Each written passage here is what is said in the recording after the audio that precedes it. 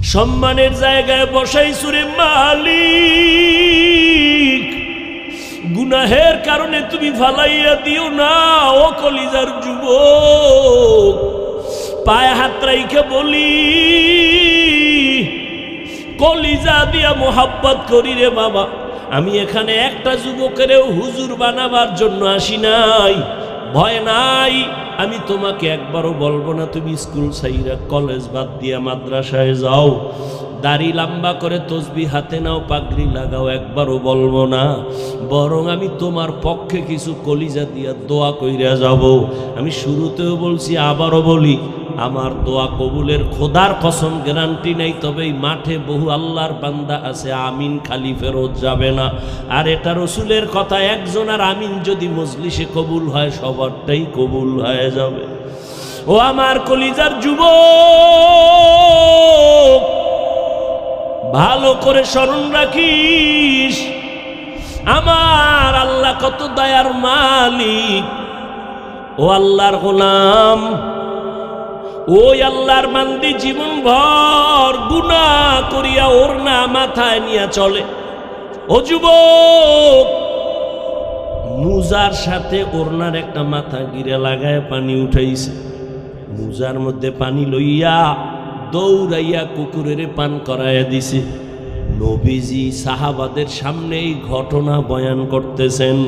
হাদিস, নবী বলেন, সাহাবায়ে কেরাম জাননি এই মহিলা জাহান্নামী, ওড়নার ওই মুজার সাথে বেঁধে পানি উঠায় কুকুরের যখন পান করাইল, কুকুরটা প্রাণ ঠান্ডা হয়ে আস্তে ঘুমায়া গেছে।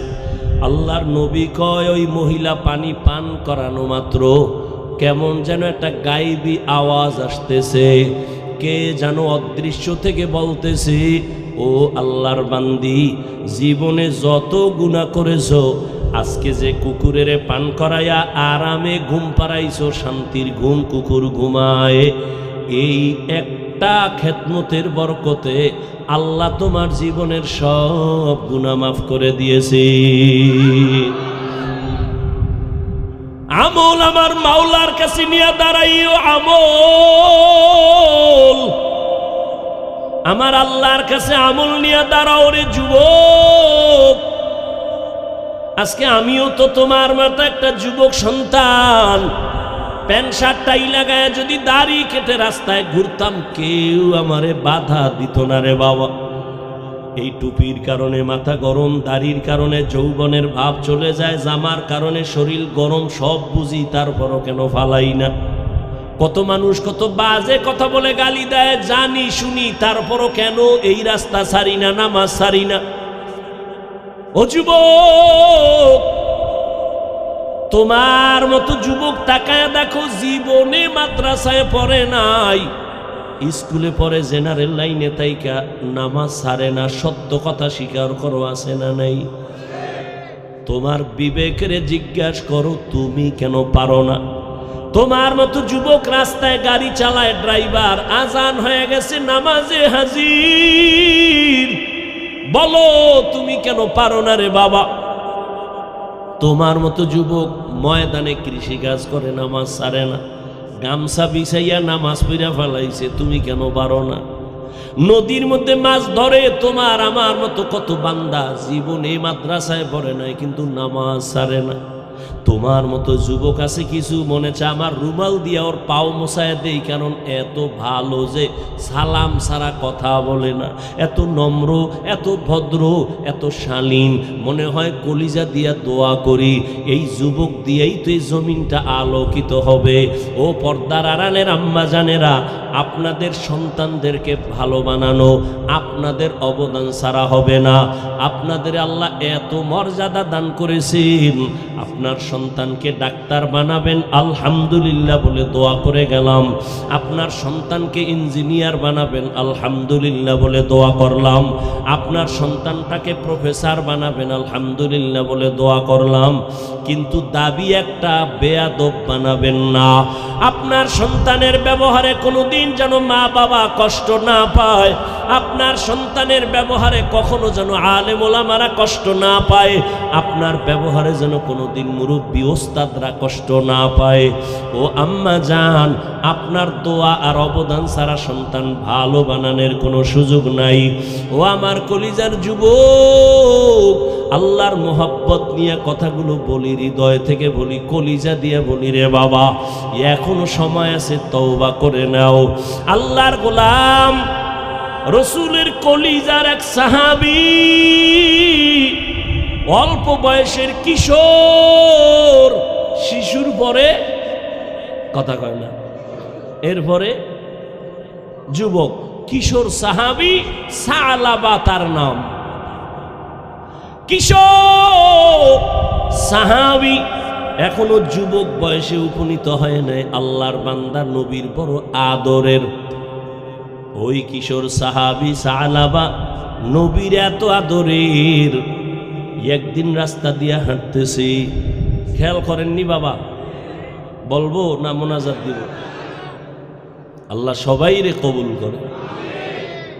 মাওলার কাছে 2 ফোঁটা চোখের পানি নিয়ে বাড়ি যাইও রে যুবক। মনের প্রশ্ন করিস, এতগুলো মানুষ মোনাজাতে, অনেক যুবকের কলিজা ভাঙ্গা, চোখে পানি, অথচ তোমার চোখে কেন পানি নাই? মনে করিও আল্লাহ তোমার গুনার কারণে বেজার হয়ে গেছে। থানার মধ্যে পুলিশে আসামি ধইরা নিয়ে বেতের বাড়ি দেয়, কান্না নাই। আর ওয়াজের মজলিসে আল্লাহওয়ালারা বয়ান করে, 200 হাত দূরে বয়ে যুবক কান্না করে। একটু চিন্তা করো, ওরে মারলো কে? ও আল্লাহর গোলাম, আল্লাহর নবী তোমারে যে কি আদর করে গেছে তোমার তো মনে নাই। নবী বলেন, আমি এমন এক সমাজে আসছি, মক্কার মানুষগুলো এত চরিত্রহীন, এত খারাপ। ওই প্যান্ডেলে আল্লাহ আমারে পাঠাইছেন, চতুর্দিক থেকে আমার দুশ্মন বারে আর বারে, চতুর্দিক থেকে চায় আমাকে জবাই করবে, এত বিপদ। কিন্তু আমার কপালটা এমন করে আল্লাহ বানাইছি, সন্তান বিপদে পড়লে একটু আব্বারে টেলিফোন করে, আমি মোহাম্মদ এত বড় এতিম, আমি আব্বাকে টেলিফোন করবো দূরের কথা, আমার বাবার চেহারাটাও দেখতে পারি নাই। আমার 6 বছরে আমি মা হারা, বড় অসহায়। আমার মা থাকলে কলিজা দিয়ে আমার জন্য দোয়া করতেন। ও যুবক, মা বাবার দোয়া ছাড়া আল্লাহর কসম আমি এই চেয়ারে বসতে পারি নাই। আমার মা বাবার দোয়া ছাড়াই চেয়ারে বসতে পারি নাই রে যুবক। পায়ে ধরে বলি, তুইও কিন্তু পরীক্ষায় মা বাবার দোয়া ছাড়া পাশ করতে পারো নাই, বাহাদুরি করিস না। মা বাবার চোখের পানি আর দোয়া ছাড়া টাকার মালিক হতে পারো নাই রে সন্তান, গাড়ির মালিক হতে পারো নাই, সম্মানের চেয়ারে বসতে পারো নাই। ওই মা বাবার কত চোখের পানি।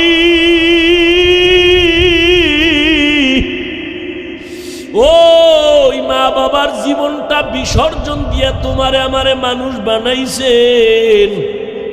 যেই মা যেদিন আমার আম্মা জানের কণ্ঠ ঘরের বাইরে কেউ জানে না, শুনে না, এত আস্তে কথা বলে, কিন্তু আমি হাফিজুর রহমান যেদিন দুনিয়াতে আসবো, ওই দিন আমার আম্মা এত চিৎকারের আওয়াজ, প্রসব বেদনায় মা এত কান্না কাঁদলেন, আমার পাশের বাড়ির মানুষেরাও ঘুমাইতে পারে না মায়ের আওয়াজে। যেই মায়ের কণ্ঠ কেউ জানে না, শুনে না, আজকে আমার কারণে আম্মা জান প্রসব বেদনায় কাঁদে। আমার দাদি নানি পাশে বসে আম্মা জানের বুঝায়, এত কাঁদিও না, আমার আম্মা কয় আমার বোধহয় মরণের ডাক আইসা গেছে। কত মহিলারা বাচ্চা প্রসবকালে মরে যায়, আমি বোধহয় মরিয়া যাব, আমার স্বামীকে একটু আমার কাছে আসতে দাও, আমার স্বামীর একটু একান্তে কথা বলার সুযোগ দাও। আমার আম্মা জান আমার আব্বা জানের কাছে ডাইকা আমার দাদি নানিরে সরাইয়া দিয়া আমার আব্বা জানের হাত ধইরা কয় স্বামী তোমার ঘরে আইসা মন ভরিয়া খেদমত করতে পারি নাই, আজ আমার সাত আসমানের বোঝা মাথার উপরে, তুমি আমারে মাফ করিয়া দিও। মরিয়া গেলে দাবি রাখবা না, কষ্ট নিবা না রে স্বামী, মাফ করে দাও। আমার সন্তানের দুনিয়াতে আসার ব্যথা সইতে পারি না, এর থেকে মরা ভালো। আমার আব্বা যেন কান্না করে বলছিলেন, ও বিবি ধৈর্য ধারণ করো, কান্না করিও না। আমার আম্মা জানের সান্ত্বনা দিয়া আমার আব্বা যেন সামনের দরওয়াজা খুলিয়া পাশে গিয়া যায় নামাজ বিছায় কাঁদে, ও আল্লাহ আমার স্ত্রীকে সুস্থ করে দেও, আয় আল্লাহ নিরাপদে আমার সন্তানটাকে দুনিয়ায় পাঠাও। এ যুবক, ওই মায়ের ঋণ কেমনে আদায় করবি রে বাবা? ওই মা বাবার দোয়া ছাড়া সামনে আগাইতে পারবি না, কসম আল্লাহর পারবি না। ওই মা বাবার কষ্ট, এমনও মা বাবা গরিব, এই সন্দ্বীপের মানুষ আজকে না টাকাওয়ালা, কিন্তু শুরুর জীবন খবর নাও কত কষ্ট করছে মা বাবারা। এমনও মা মনে চাইতে একটু ফল কিনা খাবে, টাকার অভাবে কিনতে পারে নাই, মা ফল খাইতে পারে। বাবার মনে চাইতো ইলিশ মাছ কিনিয়া খানা খাবে, বাবায় টাকার অভাবে ইলিশ মাছ কিনতে পারে নাই, খাইতেও পারে নাই। ও সন্দ্বীপের যুবক, আজকে ওই মা বাবা সাদা কাপড়ের প্যাকেট হইয়া কবরে ঘুমায়, অথচ তোমার ঘরে আজকে কত ধরনের ফল, ফ্রিজে কত ধরনের মাছ, চাইলেও আর মাকে পাইবা না, ফল খাওয়াইতে পারবা না, বাবারেও পাইবা না, ইলিশ মাছ আর খাওয়াইতে পারবা না। তবে আমার জীবনের এক দাবি বলিয়া যাই রে বাবা, মা বাবারে ফল আর মাছ যদি দিতে পারবা না ঠিক, তবে 2 ফোঁটা চোখের পানি পাঠাইয়া দাও। আমার মাওলারে মনে মনে ডাকো আর বলো, হে মালিক, এই প্যান্ডেলে মনে হয় আমার মতো ইয়তীম কেউ নাই, আমি আমার মার হক আদায় করতে পারি নাই, বাবার হক আদায় করতে পারি নাই। ওই আমার মা বাবায় কবরে আমার দিকে তাকায় আছে একটু সওয়াবের আশায়। ও সন্তান, ওই মা বাবারে ভুইলা গিয়া কেমনে ঘুমাও? 2 ফোঁটা চোখের পানি সারিয়া দিয়ে একটু কাঁদিও। গুনার কারণে দিলটা পাথর হয়ে গেছে, চোখে পানি নাই। ওরে ডানে বামে যদি দেখো কারো চোখে পানি, লজ্জা ফালাইয়া হাত বাড়াইয়া দোয়া চাইও, কান্নাওয়ালার দোয়া খালি ফেরত যাবে না রে বাবা। ডানে বামে যদি দেখো কারো চোখে পানি, মনে করি ওর উপরে আমার মাওলার দয়া আর রহমত আছে, হাত বাড়াইয়া দোয়া নেও, কান্নাওয়ালার দোয়া খালি ফেরত যাবে না রে বাবা। ওই মা বাবা বেঁচে থাকলে যুবক বাবা, বাসায় গিয়ে যদি দেখো মা আছে বাবা আছে, হাত বাড়াইয়া দোয়া নিও। বাবারে গিয়া বলিও, রে বাবা একটু দোয়া করিয়া দাও। মাকে গিয়া বলিস, ও মা জীবনে তোমার হক আদায় করতে পারি না, বরং উল্টা কত কথা বলছি, তোমার চোখে পানি আসছে, বেয়াদবি করেছি। আজকে এই সন্দ্বীপের প্যান্ডেলে বয়ানে গিয়ে দেখলাম কত যুবক কাঁদে, আমার চোখে পানি নাই কেন মা? মনে হয় গুনার কারণে আল্লাহ বুঝি আমার উপরে বেজার হয়ে গেছে। ও মা, আজ আমি তওবা করে আসছি, আর তোমাদের কষ্ট দিব না, বেয়াদবি করব না। মা বাবা মুরব্বির দোয়া নিয়া, ওলামায়ে কেরামের দোয়া নিয়া চলবো। আর নামাজ ছাড়বো না, দাড়ি কাটবো না, বেপরদায় চলবো না, তওবা করে আসছি। মা তুমি আমার মাথায় হাত দিয়ে একটু দোয়া কইরা দাও। মাকে তুমি যদি বলতে পারো, দেখবা মায়ের চোখেও পানি চলে আসবে। মা একটা চিল্লান দিয়া বলবে, বাবা আয় আয়, আমার বুকে আয়। মাথায় হাত দিয়া মা একটা ডাক দিবে, ও আরশে আজিমের মালিক, আমার এই সন্তানের নিয়ে জীবনে বহু কষ্ট করেছি রে মাওলা। আজ আমি দোয়া করি আমার সন্তানটারে তুমি আদর্শ একটা সন্তান বানায় দাও। মা দোয়া করার সাথে সাথে আরশে আজিমে চলিয়া যাবে। মা বাবার বরদোয়া নিও না রে বাবা, ওলামায়ে কেরামের পরামর্শ আর দোয়া নিয়ে চলিও। ওই মা বাবার দোয়া নিয়ে চলিও, চোখের পানি ফেলে তওবা করিও। মনেরে বুঝাইও রে মন, তোমার মতো কত যুবক স্কুল কলেজে পড়িয়াও নামাজ পড়ে। ও পর্দার আড়ালের আম্মা জানেরা, আপনার মতো কত মা এই সন্দীপে তো এখনো আছে, নামাজ ছাড়ে না, বেপর্দায় চলে না, মোবাইলে সময় নষ্ট করে না, স্বামীর মাল হেফাজত করে, খেয়ানত করে না। ও পর্দার আড়ালের বোনেরা, তোমার মতো কত বোন লেখাপড়া করে, পর্দা করে, নামাজ পড়ে, মোবাইলে চরিত্র নষ্ট করে না। মানুষের জীবনের বড় পুঁজি হলো সুন্দর চরিত্র। ও বোনেরা, আপনারা কেন পারবেন না? এরে আম্মা জানেরা কেন পারবেন না? এখনো তো পারেন তওবা করে নিতে। আল্লাহর কাছে বলেন, আপনার মতো দামি মা আর কে হবে? আজকে এই স্টেজে কয়েকটা সন্তানের মাথায় পাগড়ি পরাইলাম, এরা কোরআন সিনায় মুখস্থ করে ফেলেছে। আজকে খবর নিয়ে দেখেন, ওদের মা বাবার মতো আনন্দিত জমিনে আর কেউ নাই।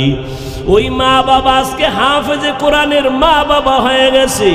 ও মা, আপনারা তো নবীদের মায়ের মতো দামি মা, সাহাবায়ে কেরামের মায়ের মতো দামি, হাফেজে কোরআন আলেমদের মায়ের মতো দামি মা। আপনারা তো খাদিজা রাদিয়াল্লাহু আনহার মতো নারী, ফাতেমা রাদিয়াল্লাহু আনহার মতো দামি নারী, আয়েশা রাদিয়াল্লাহু আনহার মতো দামি নারী। আপনারা তো ইসমাইল নবীর মা হাজেরা আলাইহা সালামের মতো দামি নারী। আপনারা তো ঈসা নবীর মা মারিয়াম আলাইহিস সালামের মতো দামি নারী। এই জমিনে আল্লাহর এক বড় দুশমন ছিল ফেরাউন। আপনারা জানেননি সেই ফেরাউনের স্ত্রীর নাম কি? ও পর্দার আড়ালের আম্মা জানেরা, কত বড় বেঈমান ফেরাউন, তার স্ত্রী আসিয়া আল্লাহর কত দামি বান্দি হয়ে কবরে গেল। রহমতের নবী বলেন, কিয়ামতের দিন জান্নাতের ভেতরে আসিয়ার সাথে আমার সাথে বিবাহের বন্ধন হয়ে যাবে। ও আম্মা জানেরা, ফেরাউনের ঘরে থাইকা আপনার ওই আসিয়া কত আল্লাহর মুহাব্বত নিয়ে গেলেন। আপনার স্বামী তো ফেরাউনের মতো খারাপ না। আপনি নামাজ পড়লে তো স্বামী আপনাকে নিষেধ করে না, বরং অনেক স্বামীদেরকে দেখি আমগো কাছে আইসা প্রশংসা করে, হুজুর আমি যদিও নামাজ পড়ি না, তবে আমার একটা বিবি পেয়েছি ভালো নামাজ পড়ে, কোরআন তেলাওয়াত করে, আমার স্ত্রী বেপরদায় চলে না, আমার স্ত্রী কখনো মোবাইলে সময় নষ্ট করে না। প্রশংসা করে রে আম্মা জান। আপনি কি পারেন না নামাজ পড়ে সন্তানের জন্য দোয়া করবেন? সন্তানের যদি বুঝাইতেন, বাবা তুই একটা আদর্শ ডাক্তার হও, আদর্শ ইঞ্জিনিয়ার হও, তুমি একজন আদর্শ প্রফেসর হও, কোনোদিন কারো সাথে বেয়াদবি কইরা বরদোয়া নিবা না।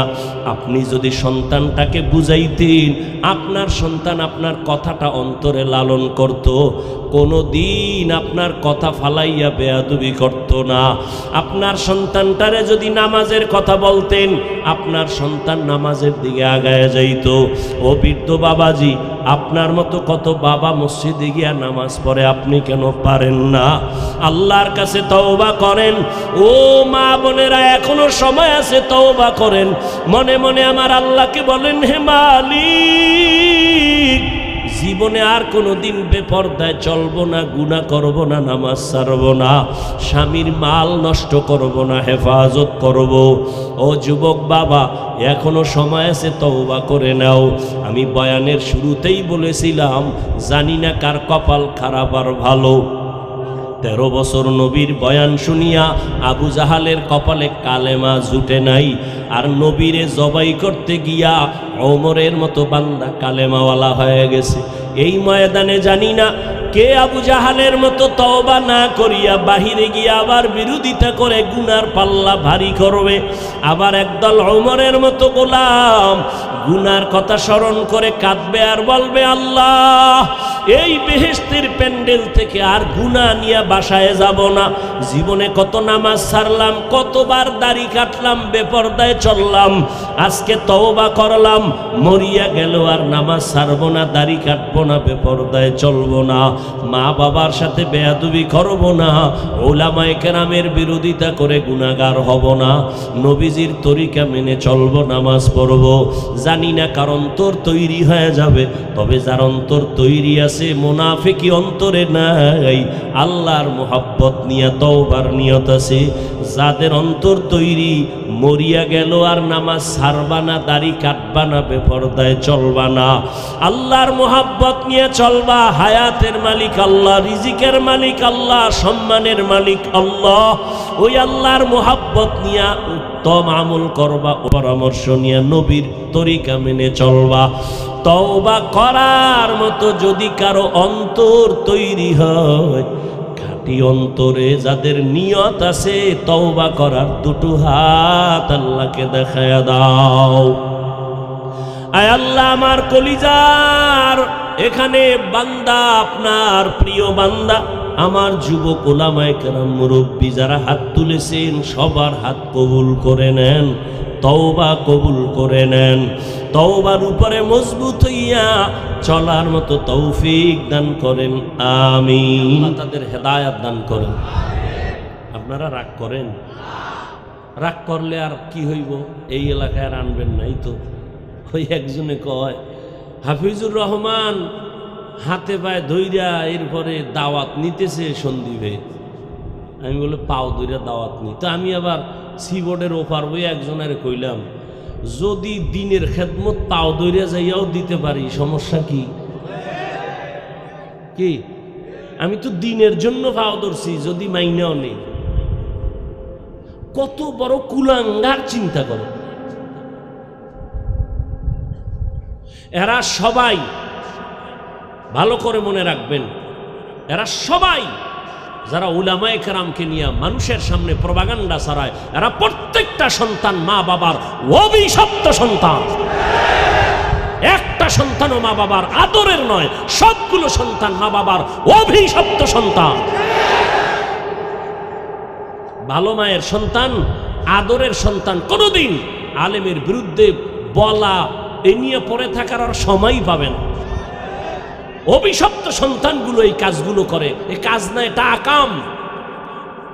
আল্লাহ হেদায়েত দান করুন।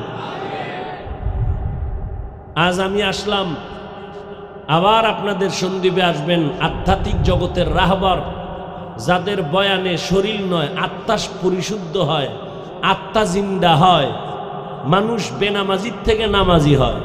গাছ তোমার নাম কি?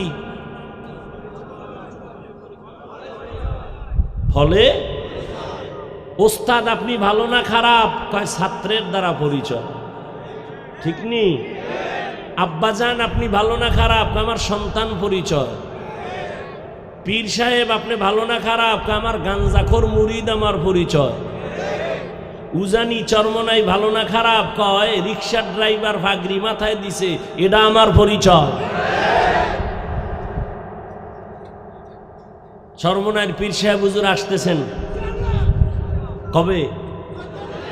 14 তারিখ। ওলামায়ে কেরাম আসবেন। আজীবন বলে গেলাম, সুযোগ পাইলে শেষেও আমি যুবকদের জন্য কিছু কথা বলে যাব। ও যুবক বাবারা, তোমাদের জন্য ওলামায়ে কেরাম ছাড়া তোমাদের আপন কোনো বন্ধু নাই, সব ধান্দাবাজ। তোমাদের কলিজার বন্ধু শুধু ওলামায়ে কেরাম। আমি কসম খাইলে এটা গ্যারান্টেড হবে। কসম খাওয়ার পরে বিশ্বাস না করলে তোর ঈমান নাই। আল্লাহর জাতের কসম, উলামায়ে কেরামে জাতির কলিজার বন্ধু, নিঃস্বার্থ বন্ধু, আর বাকি বন্ধুরা সব স্বার্থপর আর ধান্দাবাজ। উলামায়ে কেরাম আসবে, দেখা হলে দোয়া নিবা। যুবকদের বলছি, খবরদার মা বাবার দোয়া নিও। তুমি ডাক্তার হও, ইঞ্জিনিয়ার হও, প্রফেসর হও, বেয়াদব হইও না। আর সম্মানের জীবন যদি চাও তাহলে দোয়া লাগবে, কোনো মাস্তানিতে চলবে না। কি লাগবে? দোয়া। তোমার জীবনের সফলতার দোয়ার প্রথম পুঁজি পিতামাতার দোয়া, দ্বিতীয় পুঁজি তোমার ওস্তাদের দোয়া, শিক্ষকের দোয়া, তৃতীয় পুঁজি মুরব্বী ওলামায়ে কেরামের দোয়া। তাদের দোয়া যেমন তোমার সফলতার পুঁজি, ঠিক বিপরীতে তাদের বরদোয়া তোমার ধ্বংসের পুঁজি। মা বাবার বরদোয়া একটা আগুন, শিক্ষকের বরদোয়া একটা আগুন, ওলামায়ে কেরামের বরদোয়া একটা আগুন। যুবকদের কাছে আমার জীবনের, আল্লাহ কতদিন হায়াত রাখবে জানি না, আমি জীবনে যত বয়ান করেছি করব, যুবকদের জন্য আমার জীবনের সব থেকে বড় বয়ান, মা বাবার দোয়া নিও। না পারলে পাও দুইটা ধরে বলছি, যদি বলো হাফিজ ভাই নিচে নাইমে আও, পাও ধরো, বলো আমি এক্ষণ নিচে নামবো। দুইটা পাও ধরে বলছি আমার কলিজার যুবকরে, মা বাবার দোয়া নিস। যদি নাও পারো, কথার কথা, বড় দোয়া নিবি না। আমার এটা তোর জীবনের, আমার জীবনের বড় বয়ান যুবক তোমার জন্য। ওস্তাদের দোয়া নিও, যদি দোয়া নিতে নাও পারো, পায়ে ধরে বলে গেলাম, বড় দোয়াটা নিও না। ওলামায়ে কেরামের দোয়া নিও, মুরব্বির দোয়া নিও। যদি দোয়া নিতে নাও পারো, পায়ে হাত রেখে বলছি, বড় দোয়াটা নিবা না, মরার আগে ধ্বংস হয়ে যাবা, খোদার কসম ধ্বংস হয়ে যাবে। রসুলের হাদিস, আমি ওই বিষয়ে এখন বলবো না, বহু জায়গায় বলেছি। আল্লাহ হেদায়েত দিলে তো এক কথাই দেয়, আর কপাল যদি পুরে আমি হাফিজুর রহমান কেন আর মক্কা মদিনার ইমাম কেন? স্বয়ং রসুল, যে রসুলের চেহারা দেখলেই জাহান্নাম হারাম, যেই রসুলের চেহারা দেখলে পেটের ক্ষুধা থাকে না, সেই রসুলকে 13 বছর দেখলো, রসুলের সামনে বসে বয়ান শুনলো, কপাল পরা কালেমা পড়ে নাই। নাম জানেন কি? এর নাম কপাল। 13 বছর নবীকে দেখলো, বয়ান শুনলো, কালেমা। অপরদিকে 27 বছরের যুবক তরবারি নিয়ে যায়, নবীকে জবাই করবে। কয় বছরের? জবাই করতে গিয়া তরবারি ফালায় আমারে কালেমার রশি গলায় লাগায় দেন। এর নাম কপাল। আমার কলিজার প্রত্যেকটা যুবকরে আল্লাহ পাক ওমরের মতো কবুল করেন। আরো আস্তে করে বলে। এইবার আমি আলোচনায় ঢুকি, যে আয়াত পড়ছিলাম, তবে ডিস্টার্ব করবেন না, ডিস্টার্ব করবেন না, অনুরোধ। যদি আপনার বাড়ি যাওয়ার প্রয়োজন হয়, তা আমার কিন্তু প্রয়োজন আরো বেশি, আমিও ছাইরে দেব।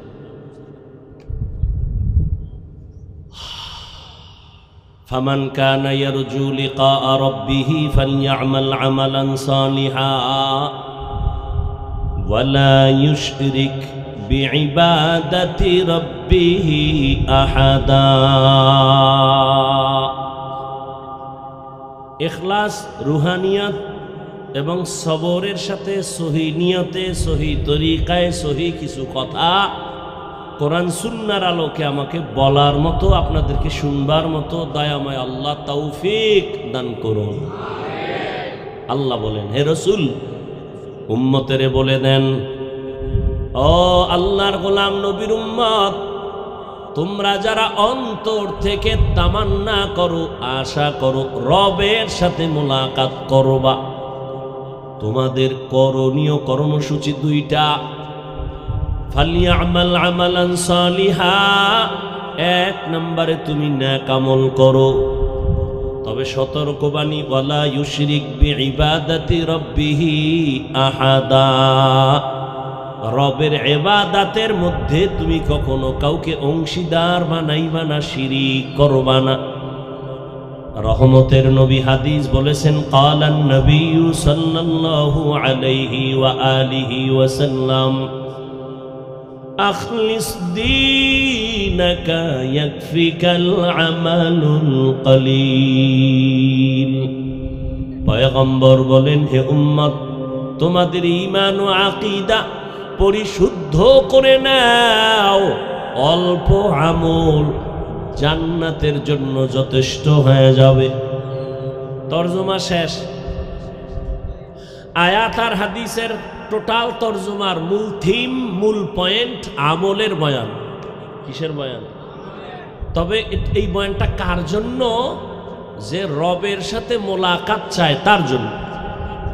যে তার রবের সাথে সাক্ষাৎ চায় না, অন্তত আজকের বয়ানটা তার জন্য না। নবী বলেন আমল, অল্প আমল নাজাতের জন্য যথেষ্ট হবে। হাদিসের তরজমায় কি বুঝলেন? বেশি আমল নাকি অল্প আমল? এই জবান খুলেন। অল্প আমল নাজাতের জন্য যথেষ্ট, বেশি আমল আল্লাহ দেখবেন না।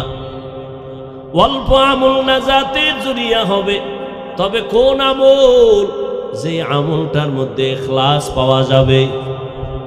মা মা'নাল ইখলাস? ইখলাস কি জিনিস? তাসফিয়াতুল আমালি মিন তালাবি আওয়াদিন ওয়া গারজি আরজিন ওয়া রুইয়াতি রিয়াইন। ইখলাস এমন আমল যে আমলটা পার্থিব উদ্দেশ্যহীন, একমাত্র আখিরাতের জন্য প্রদর্শনের ইচ্ছা মুক্ত আল্লাহর মহব্বতে যে আমলটা করবে, দুনিয়ার কিছু পাওয়ার জন্য না, কাউকে দেখাবার জন্য না, খালিসান লিওয়াজহিল্লাহি তাআলা, একমাত্র আল্লাহর জন্য। এই যুবকেরা ডিস্টার্ব করে কেন? এই বেটা, বসতে থাকতে পারবেন না, প্যান্ডেলে ঢুকছেন কেন? আপনি আমগো কত ভাইরা রাস্তায় দাঁড়ায় রয়েছে, এদের কাতারে দাঁড়াইতেন, ফাঁকে ফাঁকে বাইরে গিয়ে বিড়িটাই না আবার আসতেন। প্যান্ডেলে ঢুকছেন, এই মিয়া কত মুরব্বীরা বসা আছে না, কথা বলেন না কেন? আলেম ওলামা নাই, এদেরকে ধাক্কাইয়া বের হইতেছেন, আপনার অন্তরে ভয় লাগে না? যদি আল্লাহ পাক বেজার হয়ে যায়, বাসায় যাওয়ার আগে কি হইব আপনার উপায় আছেনি? আপনি বাসায় যাইবেন, আল্লাহ না নিলে কেমনে যাবেন? আল্লাহ না নিলে কেমনে যাবেন? অন্তর এত এত ছোট কেন?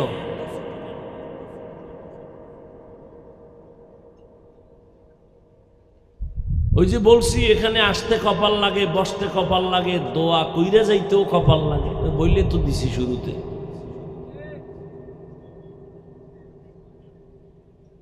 তো বেশি আমল আল্লাহ দেখবেন না, দেখবেন অল্প আমল। তবে কোন আমল? যে আমলটা একমাত্র কার জন্য?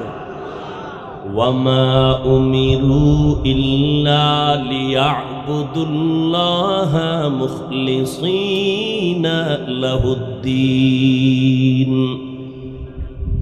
इखलास के अमाल ये जन्नत के हमरा, परहेज के मकासद है जो तक़वा से हासिल मंद। परहेज के मकासद है जो तक़वा से हासिल मंद। बगैर जो अमाल हो इखलास व तक़वा, बर्बाद तेरे जिंदगी ऐ होश नज़रमंद। बर्बाद तेरे जिंदगी ऐ होश नज़रमंद। अमल से जिंदगी बनती है, जन्नत भी जहन्नम भी।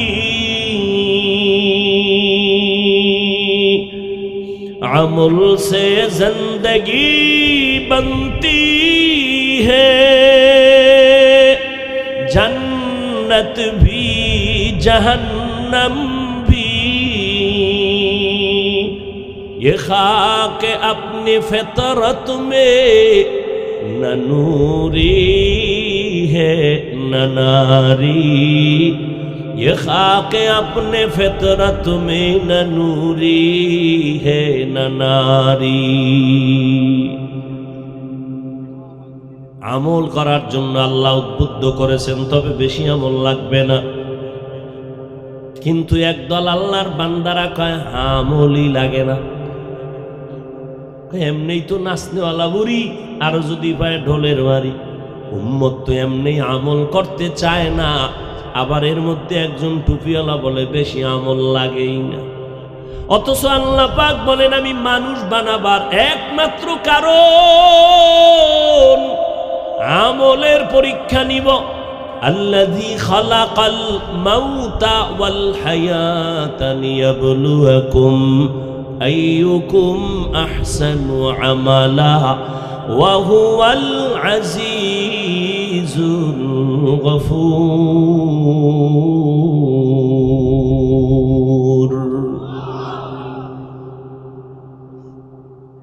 আর একটা কথা কইয়া লাই ফাঁকে, আধা মিনিট। এই কথাটা আজীবন মনে রাখবেন, বক্তা যত বড় এলেমওয়ালা আমলওয়ালা হোক, বয়ান ভালো মন্দটা বক্তার এলেম আর আমলের যাচাইয়ে হয় না। বক্তার বয়ান টোটালটাই ভালো হওয়া না হওয়া সব কিছু নির্ভর করে সামিঈন শ্রোতাদের অন্তরের মোহাব্বত আর আকর্ষণের উপর।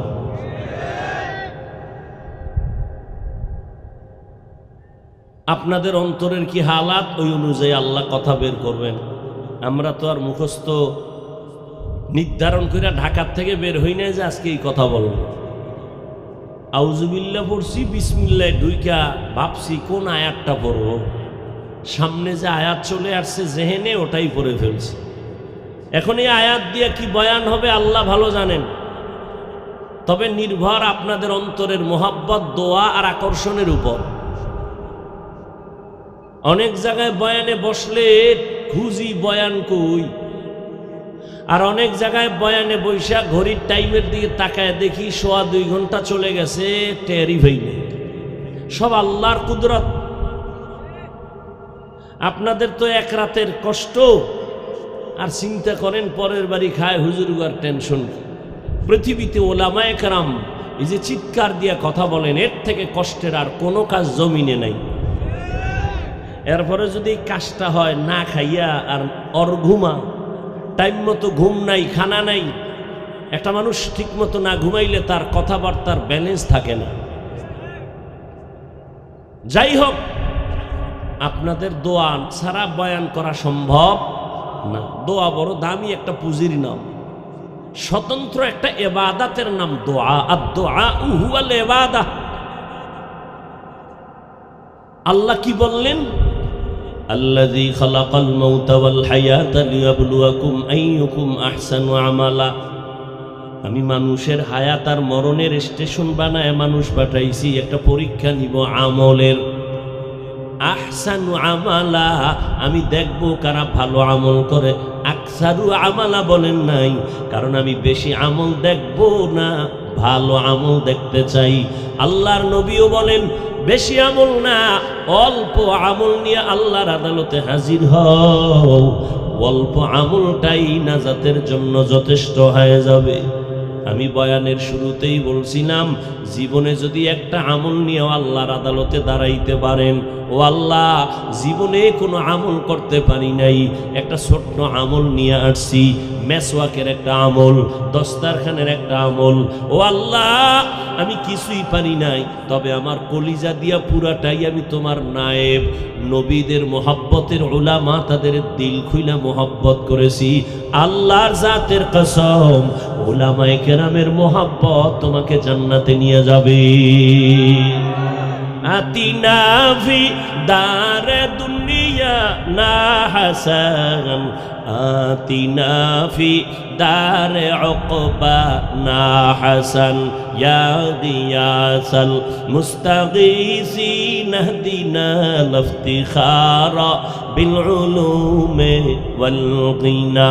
হর গড়ি দে নে কো তু তৈয়ার হ্যায়, जो न मांगे उससे तू बेजार है। বেশি আমল না অল্প। এক আল্লাহর বান্দি জীবন ভর গুনাহ করে করে জীবনটাকে নষ্ট করে ফেলেছে, পুরুষ না নারী। এক আল্লাহর বান্দি। ও সন্দীপের মুসলমান মা বোনেরা, মাইকের আওয়াজ পাইতেছেন রে মা, ওই জাহান্নামী আল্লাহর বান্দি জীবন ভর গুনাহ করেছে, এমন কোন গুনাহ নাই যে গুনাহ করে নাই। হঠাৎ ওই আল্লাহর বান্দি গুনাহগার জাহান্নামী নারী কোথাও রাস্তা দিয়া হেঁটে হেঁটে যায়, নজর করে দেখি রাস্তার কিনারায় একটা কুকুর জিহ্বা বের করে কান্না করে পানির পিপাসায় ছটফট করে। ওই জাহান্নামী নারীটার অন্তরের মধ্যে একটু মায়া লাগছে কুকুরের জন্য, ডানে বামে দৌড়াইলো, দেখিনি কুকুরকে একটু পানি পান করানো যায়নি। আল্লাহর বান্দি জাহান্নামী নারী গুনাহগার খুঁজে খুঁজে পারছে, খুঁজে একটা পানির কূপ পাইল, কিন্তু আশ্চর্য পানি অনেক নিচে উঠাবার কোনো সুযোগ নেই, পাত্র নাই।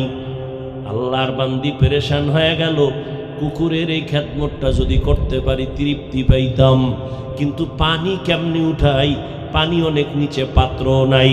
আল্লাহর বান্দির পায়ে ছিল চামড়ার মোজা। কি ছিল?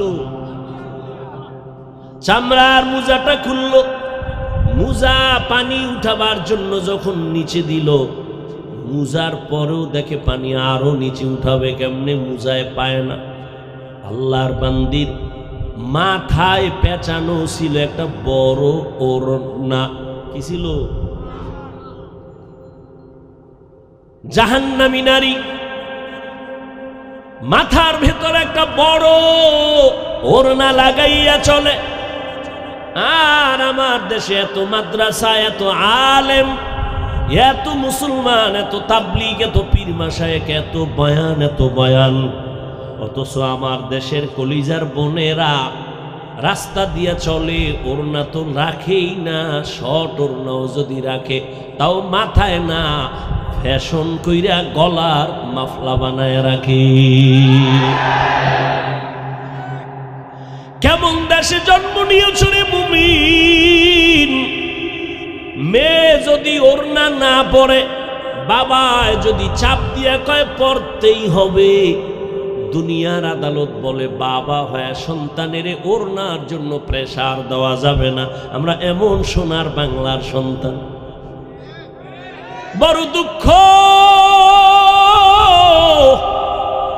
সন্দীপের মানুষ, যুবকেরা নাকে তেল লাগাইয়া ঘুমাও, আর চায়ের দোকানে বইয়া আড্ডা দেওয়ার কাও স্বাধীন হইছে দেশ। হ্যাঁ, দেশ স্বাধীন হয়েছে বলে আড্ডা দিতেছ। আর ঢাকার শহরে আমার মা আর কিছু বোনেরা সাংবাদিকের সামনে নিয়ে কয়, আমরা এতদিন দেহ ব্যবসা কইরা খাইতাম, আমগো অধিকার ফেরত চাই, আমরা আবার স্বাধীনভাবে দেহ ব্যবসা করে চলতে চাই। কি কইছো? আউযুবিল্লাহ না নাউযুবিল্লাহ? আল্লাহ হেদায়েত দান করুন। নাকে তেল লাগায় ঘুমাও না, কি পাইছো? মুসলমান তো নাকে তেল লাগায় ঘুমাবে ওই স্বাধীনের দিন, যেদিন ইসলামের স্বাধীন হবে। মুসলমানের সন্তান তো নাকে তেল লাগায় ঘুমাবে সেদিন, যেদিন ময়দানে কলিজা দিয়া উলামায়ে কেরাম বয়ান করবেন, কোন বেনামাজি সুদখোর থেকে অনুমতি নেওয়া লাগবে না। মুসলমান তো ওই দিন নাকি তেল লাগায় ঘুমাবি, যেই দিন এ জমিনের মধ্যে প্রত্যেকটা মাদ্রাসা আর মসজিদের কমিটিতে বেনামাজি সুদখোর থাকবে না। শিয়ালের হাতে মুরগি দিয়া কয় 3 দিন আমানত। শিয়াল পণ্ডিত কয় মাফ চাই, দোয়াও চাই, জিন্দা কেন মরাও ভাবি না। শিয়ালের হাতে মুরগি রাখলে যা হবে, সুদখোর বেনামাজির হাতে ধর্মের চাবি দিলে তাই হবে। দিছে কে? কে দিছে?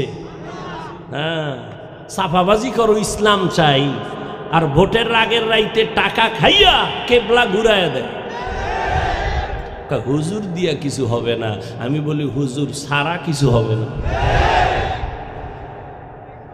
আল্লাহ হেদায়েত দান করুন। রাগ করতেছেন? রাজনীতি করলাম কেন? ইসলামের রাজনীতি করছি, আবার না কোন কেন? আপনি পচা দুর্নীতি করবেন, ফ্যাট নীতি করবেন, আর আমি ইসলামের পবিত্র রাজনীতি করবো, এটা পারুম না। তো ইমাম সাহেব নিরপেক্ষ থাকতে হবে, স্লোগান দাও। ইমাম যদি নিরপেক্ষ থাকতে হয়, কমিটির প্রত্যেক সদস্যকে নিরপেক্ষ থাকতে হবে। কমিটির লোক যদি ধান্দাবাজি রাজনীতি করে, ইমাম সাহেব মাইক লাগায়া কোরআনের রাজনীতি করবে। পৃথিবীতে লিখে রাখো, রাজনীতির শ্রেষ্ঠ কিতাবের নাম, পবিত্র রাজনীতির শ্রেষ্ঠ কিতাবের নাম কোরআন শরীফ। পৃথিবীর শ্রেষ্ঠ রাজনীতির শিক্ষক আমার নবী। পৃথিবীর রাজনীতির পার্লামেন্ট, শ্রেষ্ঠ পার্লামেন্ট মসজিদে নববী। তোমার ওই দান্দাবাজির জন্য মসজিদ না, পবিত্র রাজনীতির জন্য মসজিদ। যারা বলে কোরআনে আর ইসলামে রাজনীতি নাই, তারা কি বুঝাইল যে কমপ্লিট কোরআন আর ইসলাম সর্বদিক থেকে কমপ্লিট, একদিক দিয়ে কোরআন শরীফ দুর্বল, রাষ্ট্রের ব্যাপারে কোরআন দুর্বল। আপনারা কি দুর্বল কোরআন মানেন? রাষ্ট্রের ব্যাপারে কোরআনে সমাধান নাই, তা কেন বলেন? হ্যাঁ, আপনার ওই ধান্দাবাজি আর এই দুর্নীতির কথা ইসলামে নাই, কোরআনে নাই। আল্লাহ বুঝার তৌফিক দান করে।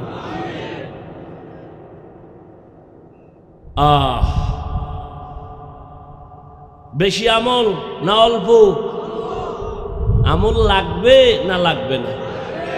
আমল আরবি শব্দ, বাংলা অর্থ হলো কাজ। এই কাজ আবার দুই ভাগে ভাগ করা, ভালো কাজ আর খারাপ কাজ, নেক আমল আর বদ আমল।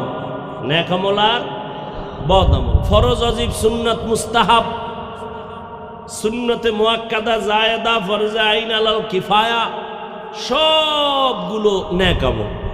হারাম, মাকরু, তাহরিমি, তানজি, শিরক, বেদাত, গুনাহে সগীরা, কবিরা, সব বদ আমল। এই বদ আমল আবার দুই প্রকার, ফাহশা আর মুনকার। ইন্নাস সালাতা তানহা আনিল ফাহশাই ওয়াল মুনকার ওয়া লাযিকরুল্লাহি আকবার। ফাহশাও বদ আমল, মুনকারও বদ আমল। ব্যবধান, ফাহশা এমন বদ আমল যেটা বুঝার জন্য কোনো দলিলের প্রয়োজন হবে না, বিবেক দিয়েই সমাধান হয়ে যাবে। আর মুনকার এটাও বদ আমল, তবে এটা বিবেক দিয়ে হবে না, দলিল লাগবে। কি লাগবে? যেমন মিথ্যা কথা বলা, গালি দেওয়া বদ আমল না নেক আমল? আচ্ছা, মিথ্যা বলা যে বদ আমল, এটা বুঝার জন্য দলিল লাগবে? দলিল আছে, দলিল পর্যন্ত যাওয়া, দলিল রেডি আছে কোরআনে হাদিসে। ওয়াইলুন ইয়াউমাইযিল লিল মুকাজ্জিবিন, ওয়াইলুন ইয়াউমাইযিল লিল মুকাজ্জিবিন, ওয়াইলুন ইয়াউমাইযিল লিল মুকাজ্জিবিন।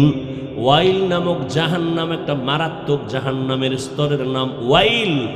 মিথ্যাবাদীর জন্য ওয়াইল নামক জাহান্নাম, মিথ্যাবাদীর জন্য ওয়াইল নামক জাহান্নাম, মিথ্যাবাদীর জন্য ওয়াইল নামক জাহান্নাম।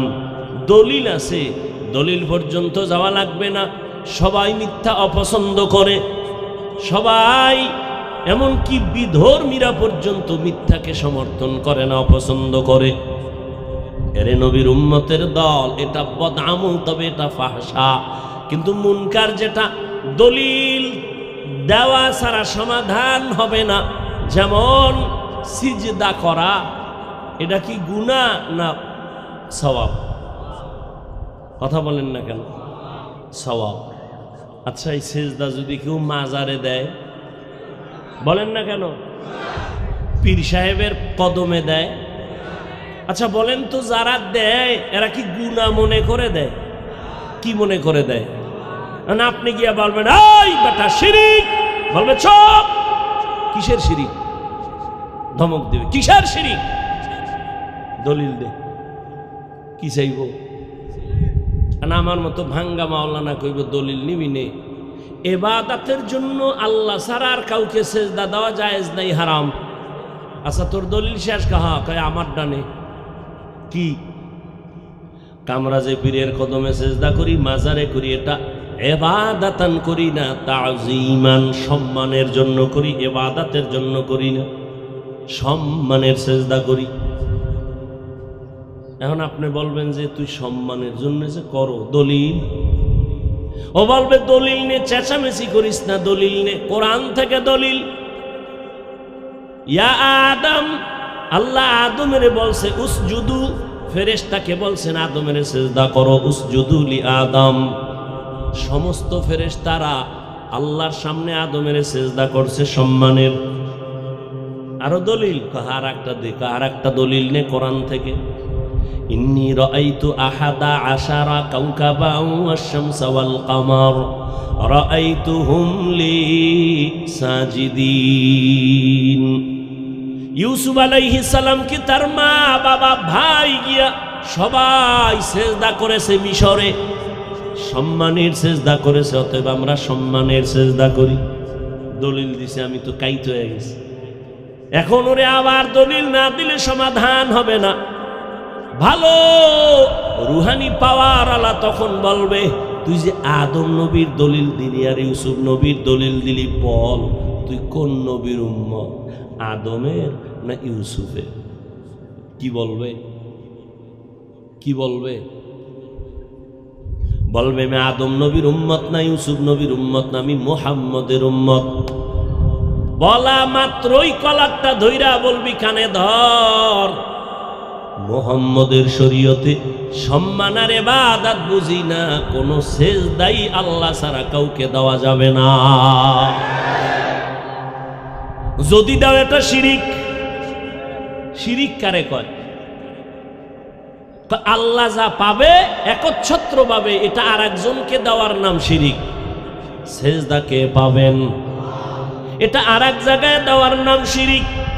আল্লাহ বলেন ও গোলাম, যত আমল করবি শিরিক যেন ঢুকতে না পারে, কারণ শিরিক এমন মারাত্মক অপরাধ, আমি অন্য অপরাধ চাইলেই ক্ষমা দিব, শিরিকের গুনাহ ক্ষমা দিব না।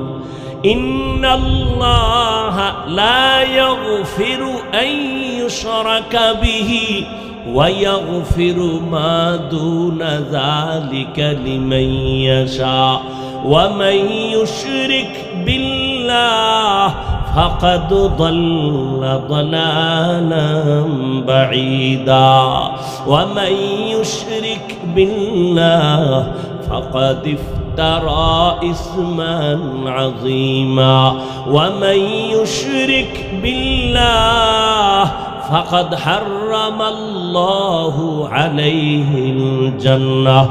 আল্লাহ বলেন আমি সব গুনাহ ক্ষমা করব, শিরিকেরটা সহসায় ক্ষমা দিব না। স্পষ্ট ঘোষণা দিয়ে দিলাম, যারা শিরিকের গুনাহ নিয়ে আমার আদালতে আসবি তোদের জন্য জান্নাত হারাম। তোরা যে আমলের পুঁজি নিয়ে দাঁড়াবি, ফালা নুকিমু লাহুম ইয়াউমাল কিয়ামাতি ওয়াজনা, আমি কিয়ামতের ময়দানে তোদের আমল ওজনের পাল্লাই উঠাবো না। শিরিকওয়ালা আমল আমার পছন্দ না। এজন্য আল্লাহ বলেন আমার সাথে যারা মোলাকাত করার ইচ্ছা করো, তোমাদের জন্য নেক আমল আবশ্যকীয় করতে হবে, তবে সতর্কবাণী শিরিকের গন্ধ যেন আমলের মধ্যে না যায়। শিরিক থেকে নিজেকে বাঁচাইয়া নেক আমল করিও। তুমি যত আমল করবা একমাত্র আমার আল্লাহর জন্য। আমি বয়ান করি আমার আল্লাহর সন্তুষ্টির জন্য, আমি বয়ান শুনি আমার আল্লাহর সন্তুষ্টির জন্য, আমি ব্যবসা করি আল্লাহর সন্তুষ্টির জন্য, আমি চাকরি করি আল্লাহর সন্তুষ্টির জন্য, আমি যত কাজ করব সব আমার আল্লাহর জন্য, কোনো মানুষকে দেখাবার জন্য না। আমি একা একা 10 রাকাত নামাজ পড়তে যেই টাইম নিব, মানুষের সামনে দাঁড়াইলেও সেই টাইম নিব। কিন্তু যদি হালাতটা এমন হয় একা একা নামাজ পড়ি 10 রাকাতে মাত্র 3 মিনিট, মানুষের সামনে যখন পড়ি মাত্র 4 রাকাতে 6 মিনিট, এই নামাজ তো মানুষের জন্য, এই নামাজ আমার আল্লাহর জন্য হয় নাই। এজন্য আল্লাহ কয় ওই কিছু মুসল্লিদের জন্য আমি ওয়াইল নামক জাহান্নাম বানায় রাখছি। মুসল্লি ওয়াইল নামক জাহান্নামে যাবে। মুসল্লি কোন মুসল্লি? কয় গতকাল জুমার মসজিদ এত মুসল্লি, জায়গা নাই, রাস্তায় যায় নামাজ বিছায় দাঁড়ায় গেছে। এরা কোথা থেকে আসছে? সব সুন্দরবন থেকে এখানে হাজির হয়ে গেছে জুমার টাইমে, অতিথি পাখির মতো। এরা ফজরে কইছিল, আসরে কই গেল? এই মুসল্লিদের জন্য ওয়াইল নামক জাহান্নাম। আরাআইতাল্লাযী ইউকাযযিবু বিদ্দীন ফাযালিকাল্লাযী ইয়াদউল ইয়াতীম ওয়া লা ইয়াহুজ্জু আলা তাআমিল মিসকিন। পরের আয়াত কি? ফাওয়াইলুল লিল মুসাল্লিন, মুসল্লিদের জন্য ওয়াইল নামক জাহান্নাম।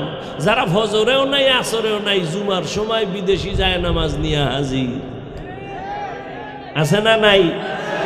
ঢুকছে সবার শেষে, শেষে আইসা ধাক্কাইয়া সামনের কাতারে যায়, আবার সালাম ফিরাইলেই দৌড়।